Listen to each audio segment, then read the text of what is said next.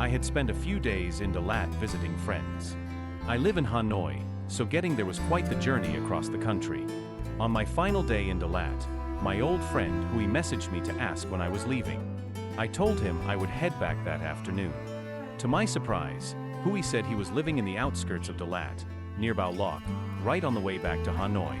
Hui and I had been close in high school but lost touch after graduation. We only followed each other on social media and hadn't really talked in years.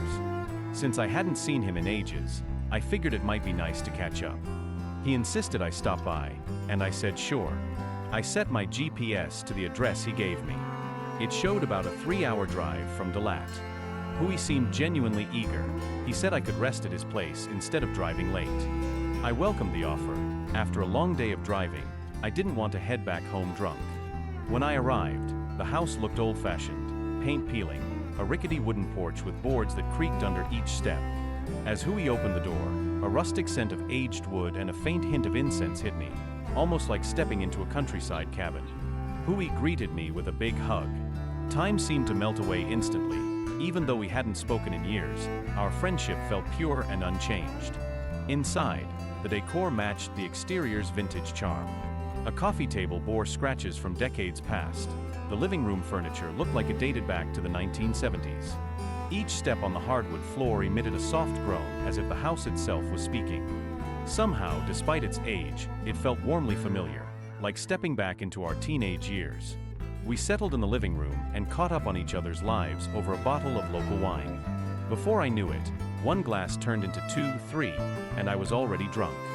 The alcohol's warmth made the room feel smaller and cozier, yet heavier at the same time. Hours slipped by in what felt like minutes. Sometime around 5 p.m., the conversation lulled and Hui looked at me. "You've got a long drive ahead. Why don't you crash here tonight?" he offered. I hesitated but realized he was right. There was no way I could drive like this. I agreed and asked if I could just take the couch. Hui shook his head. "Nah, there's a spare room upstairs. It's nothing fancy, but it's better than the couch." I thanked him and followed him up the creaking staircase to the second floor. The spare bedroom smelled stale, like it hadn't been used in months. I barely glanced at the simple single bed with its faded gray sheets before collapsing onto it, exhausted and still tipsy from the wine. I don't know exactly when, but somewhere in the middle of the night, I woke up. My mouth was parched, and my head spun. The room was dark except for a sliver of moonlight seeping through the blinds. That's when I noticed it. In the far corner by the closet door, something was hanging. At first, in the dimness, it appeared to be a long black trench coat draped over a hanger. As my eyes adjusted, the shape felt wrong, broad at the top as if it had shoulders, yet it seemed too stiff to be just fabric. My heart pounded. I was certain I didn't see it when I first entered the room, but I had been drunk. Maybe I simply hadn't noticed. I tried to tell myself it was just a coat. I squeezed my eyes shut, took a deep breath, and forced myself back to sleep. I don't know how long I slept, but eventually I woke again. This time it wasn't just discomfort. There was a faint creaking sound, like someone carefully stepping on old wooden floorboards. My eyes flew open. Dawn's light was filtering through the blinds. I turned toward the corner, and my stomach dropped.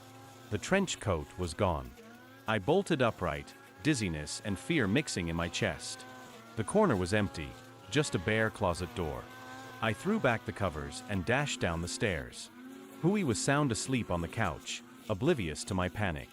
I shook him awake, which took a good deal of effort since we'd both been drinking heavily. He finally stirred, rubbing his eyes in confusion. "The coat," I said, voice shaking. "That black trench coat that was hanging on the closet door." Hui squinted, clearly still half asleep. "What coat?" he mumbled.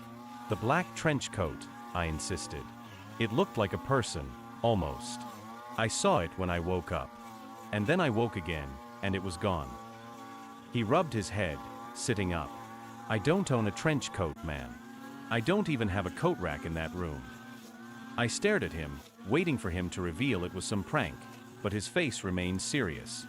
"Come look," I said. Hui sighed, got up, and followed me back upstairs. I pointed to the exact spot where I'd seen it. He scratched his head.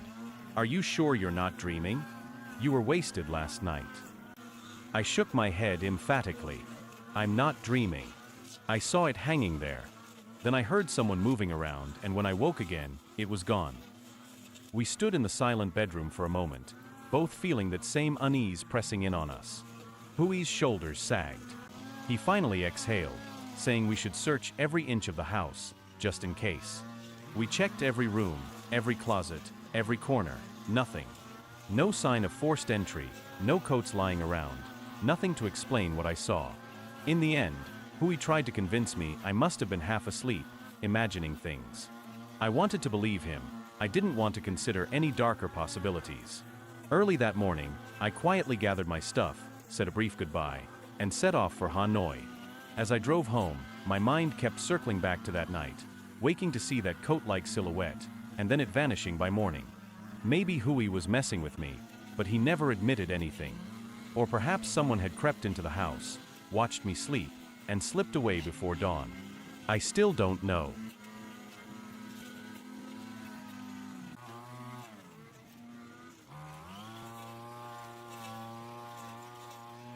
This next story happened when I was 18, on a trip with my parents and my friend, whom I'll call Hoa. We were on a domestic road trip. Our plan was to start at Nam Dinh, head to Haiphong to visit relatives, then drive on to Khon Son to see the historical sites, and eventually make our way to Kua Lo for some time at the beach. We didn't book any campsites or hotels in advance. On the day we reached Khon Son, we arrived in the late afternoon. We wanted to visit the beaches the following day, so we needed to find a place to sleep. Since we had tents in the car, my dad searched online for a nearby campsite. He found one that seemed affordable and close to the sites, but when he called, it turned out to be fully booked due to a regional sports tournament. We tried calling other campsites nearby, but the price was too high or they were also full. Our only remaining option was to camp in nature, somewhere legal where we wouldn't be fined. We set the GPS for a gravel parking area inside a nature reserve about 10 minutes from the beach. When we arrived, we saw a handful of hikers passing through, so we politely asked a woman on the trail if it was safe to set up our tents in the parking area and whether there would be any rangers coming around that night. She said it was okay and there was nobody to enforce parking once it got dark. Based on her advice, we decided to camp right in that lonely parking lot, surrounded by dense forest and a beach just a 10-minute walk away. As we pulled into the lot, I noticed a lone sedan sitting in the far corner, old, dented, and clearly abandoned. It struck me as odd because it was already evening, and no pedestrians or hikers were visible. My parents set up their tent first, and I pitched my tent with Hoa close by. By the time we finished, it was around 11 p.m. Hoa and I arranged the interior of our tent, watched some YouTube videos, and snacked. We wanted to sleep early so we wouldn't be too tired for the beach the next day. Around midnight, we finally decided to turn in. Not long after we lay down, at about 12:30 a.m., we heard a sudden metallic clatter from the parking lot, like someone tossing a shovel onto the gravel. Both of us jumped. We exchanged terrified glances and stayed perfectly still, listening.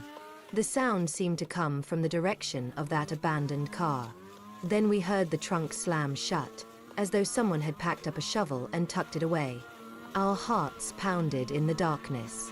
A moment later, an engine revved, and the car sped off as if fleeing.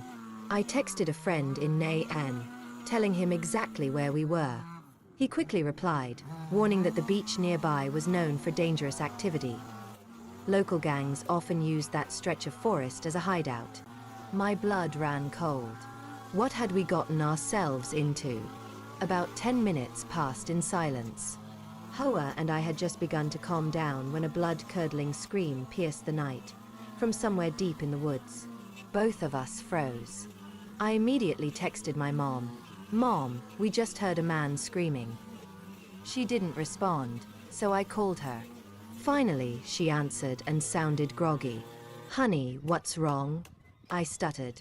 "Mom, we heard the most horrifying scream." She paused for a moment, then said softly, "Your dad and I didn't hear anything. Maybe it was an animal or the wind." I felt a chill. There was no normal reason for a scream like that at midnight out in those woods. Pinkish moonlight streamed into our tent, but neither of us could sleep. Suddenly, The world fell eerily silent. Then I heard slow, deliberate footsteps circling our tents, like someone carefully scanning each camp for movement. Hoa and I sat with our hearts in our throats, too scared to move or speak. The footsteps passed by our tent first, then moved toward my parents' tent, and finally skirted around our car. Then the person stopped, as if studying our positions. For a moment, dead silence. Then, the same old sedan from earlier roared back into the lot, its headlights cutting through the darkness. We quickly flattened ourselves on the sleeping mats so the light wouldn't give us away. I dared a peek through the mesh. I saw the door slam shut, and the car sped away again. My legs felt like jelly. I couldn't even stand. After maybe 5 agonizing minutes, I saw flashing red and blue lights in the distance. A police car racing down the same path the intruder's car had taken. The wail of the siren faded into the forest. Hoa and I stayed huddled until the first hints of dawn. When morning finally broke, we packed up in a daze and hurried back to the main road. On the drive to Kuala Lo that afternoon, we learned from local news that a murder had taken place in those woods just weeks earlier. A man had been stabbed in a gang-related incident, and 2 others went missing near that same beach, never found. I kept thinking, what if the person prowling around our tents was connected to that crime? I spent the entire day at the beach feeling on edge. Even now, I still wonder who screamed in the forest that night, why someone was digging around an abandoned car, and what exactly the police were chasing.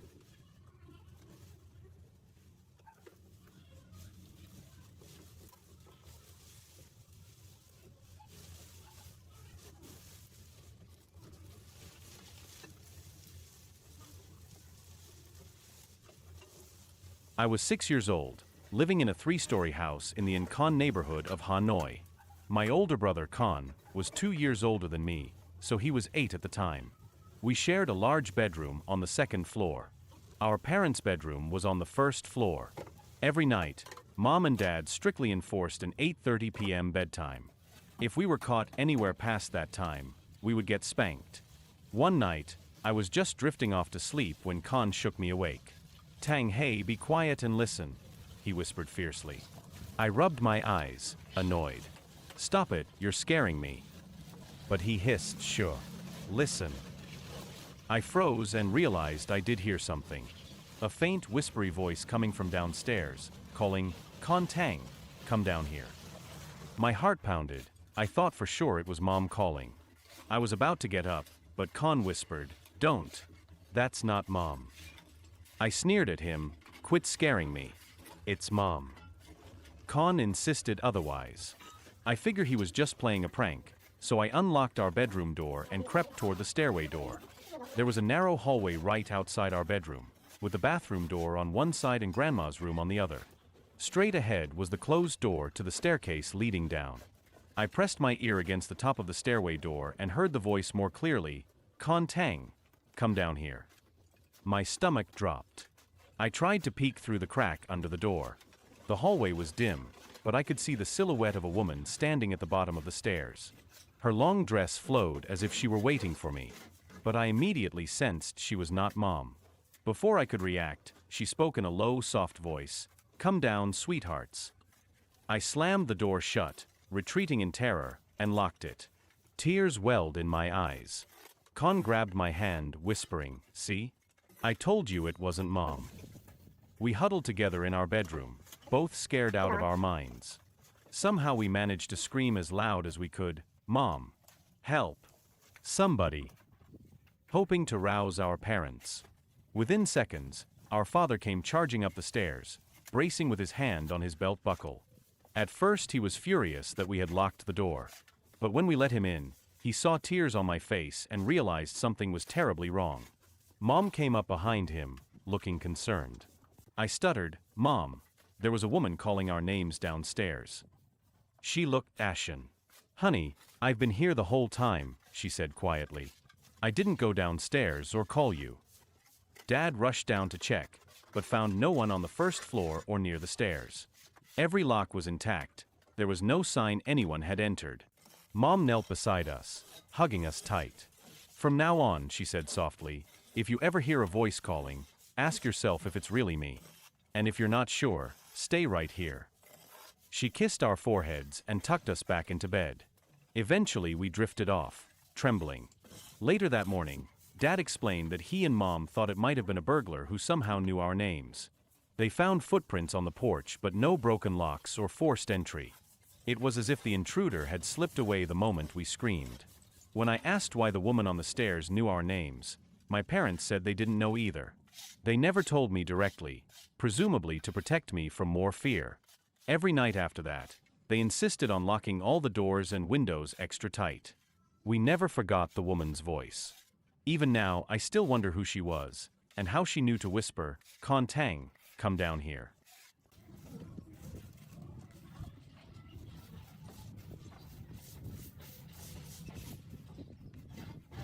When I was 16, I was still in high school and didn't have my own car. That weekend, my friend Haley was hosting a small gathering at her house. Since Mom didn't have much free time to drive me, she told me that if she was out late, I could walk home or call someone for a ride. On that particular night, Mom was on a date and would be back late. I spent the evening in Haley's backyard along with 3 other girlfriends, Tina, Courtney, and Belle. We chatted and laughed until some boys from our school showed up unexpectedly. 4 of them, including a guy named Brandon with whom I had a tense history. Haley said she wanted us to patch things up, but his presence only made me uncomfortable. After about an hour, I decided I'd had enough and told Haley I was heading home. She apologized profusely, asking me to stay, but I insisted I wanted to leave. I started walking down the quiet suburban street. About 5 minutes later, I sensed footsteps behind me and slowed my pace. When I glanced over my shoulder, I saw a middle-aged man wearing a hoodie with the hood pulled low, hands stuffed in his pockets, grinning at me. I forced a polite "hi" and kept walking, thinking, he's probably just some random person.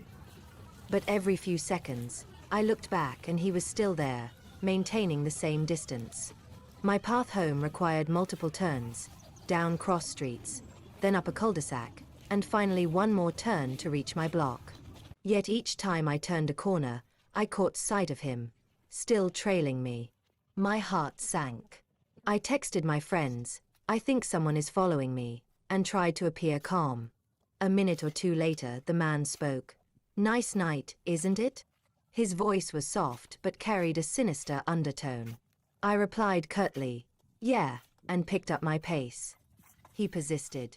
"Where do you live?" "By the elementary school, right?" My blood ran cold. He knew exactly where I lived. I stammered, yeah." Panic rising, I began texting my friends in a panic.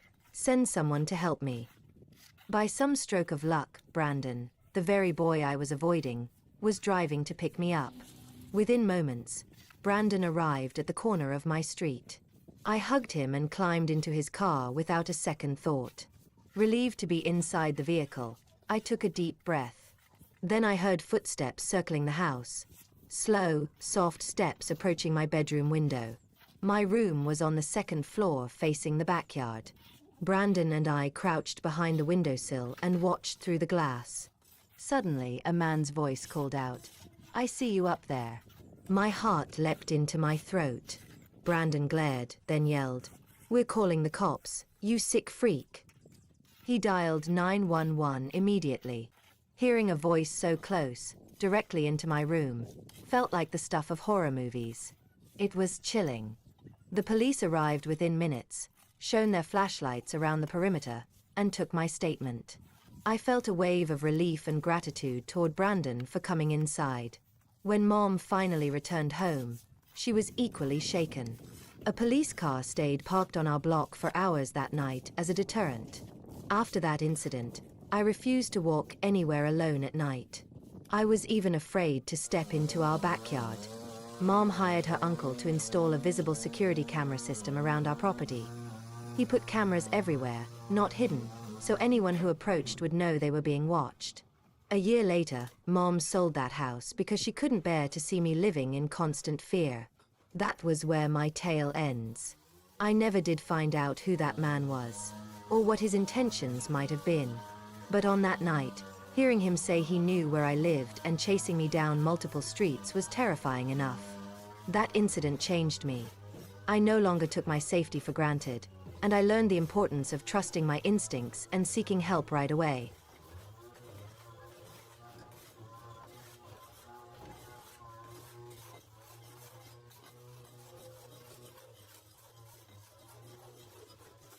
Four stories for different kinds of fear. The vintage house outside Dalat with a coat that appeared and vanished. The isolated parking lot in Khon Son where footsteps circled our tents. The whispered calling from a woman at the bottom of my childhood home stairs.